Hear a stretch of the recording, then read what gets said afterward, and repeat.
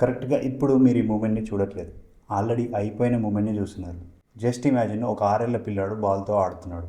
వాళ్ళ నాన్న బాల్ని ఆ పిల్లోడికి క్యాచ్ చేశాడు.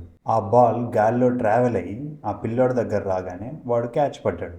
సింపుల్, ఇదే జరిగింది కదా. కానీ నిజానికి అక్కడ జరిగింది వేరే. వాళ్ళ నాన్న చేతుల్లోంచి ఆ బాల్ రిలీజ్ అయిన సెకండ్లో లైట్ ఆ బాల్ మీద పడి రిఫ్లెక్ట్ అయ్యి ఆ పిల్లోడి కళ్ళల్లోకి వెళ్ళింది. ఆ పిల్లోడి కళ్ళకి ఏమీ అర్థం కాలేదు. వాడి కళ్ళు జస్ట్ ఆ లైట్ని తీసుకొని వాటిని ఎలక్ట్రిక్ సిగ్నల్స్ లాగా మార్చి ఆ సిగ్నల్స్ కొన్ని లక్షల నరాల నుండి ట్రావెల్ అయ్యి బ్రెయిన్కి రీచ్ అయ్యాయి. అప్పుడే బ్రెయిన్ వాడికి ఆ బాల్ నీ వైపే వస్తుందని చెప్పింది. కానీ వాడు ఆ బాల్ నా వైపే వస్తుంది అనుకునే టైంలో ఆ బాల్ అలానే గాల్లో ఆగిపోయిందా లేదా కదులుతుందా? ఆబ్వియస్గా కదులుతుంది కదా. ఇప్పుడు మీరు ఆ బాల్ ప్లేస్లో మీ లైఫ్లో జరిగే ప్రతి ఒక్క దాన్ని ఊహించుకోండి. లైక్ మీ ముందు ఎవరైనా నడవడం, ఫ్యాన్ తిరగడం, ఒక పక్షి ఎగరడం, లాస్ట్కి ఇప్పుడు ఈ సెకండ్ నా మాటలు కూడా.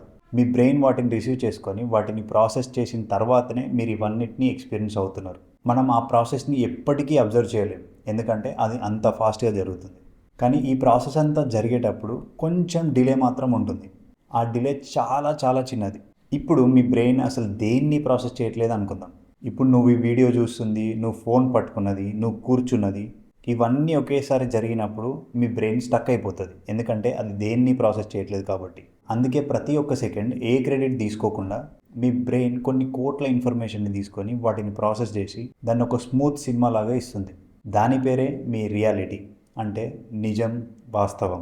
మీరు సినిమాలు చూస్తారు కదా, సినిమాలలో హీరో, విలన్, వేరు వేరే క్యారెక్టర్స్ అన్ని కదులుతూ ఉంటాయి కదా. నిజానికి అది ఒకదాని తర్వాత ఒకటి ప్లే అయ్యే కొన్ని లక్షల ఫోటోలు మాత్రమే. ఆ ఫోటోలని మీ బ్రెయిన్ తీసుకొని వాటిని ప్రాసెస్ చేసి మీ బ్రెయినే వాళ్ళ కదలికల్ని క్రియేట్ చేస్తుంది. అదేవిధంగా మీ బ్రెయిన్ రిసీవ్ చేసుకునే ఇన్ఫర్మేషన్ని బట్టి మీరు ఎక్స్పీరియన్స్ అయ్యే ఈ ప్రపంచాన్ని తయారు చేస్తుంది. ఉన్న ఇన్ఫర్మేషన్ని అర్థం చేసుకొని వాటిని ఒక ఆర్డర్లో పెట్టి మీ వాస్తవాన్ని, అదే మీ రియాలిటీని క్రియేట్ చేస్తుంది. సో నా క్వశ్చన్ ఏంటంటే, మీరు ఇప్పుడు అనుకుంటున్న ఈ క్షణాన్ని మీ బ్రెయిన్ కంటిన్యూస్గా క్రియేట్ చేస్తూనే ఉంటే మీరు ఎప్పుడైనా నిజంగా ఎగ్జాక్ట్ ప్రజెంట్ని ఎక్స్పీరియన్స్ చేశారా, లేదా ప్రజెంట్కి కొంచెం డిలేలో బతుకుతున్నారా?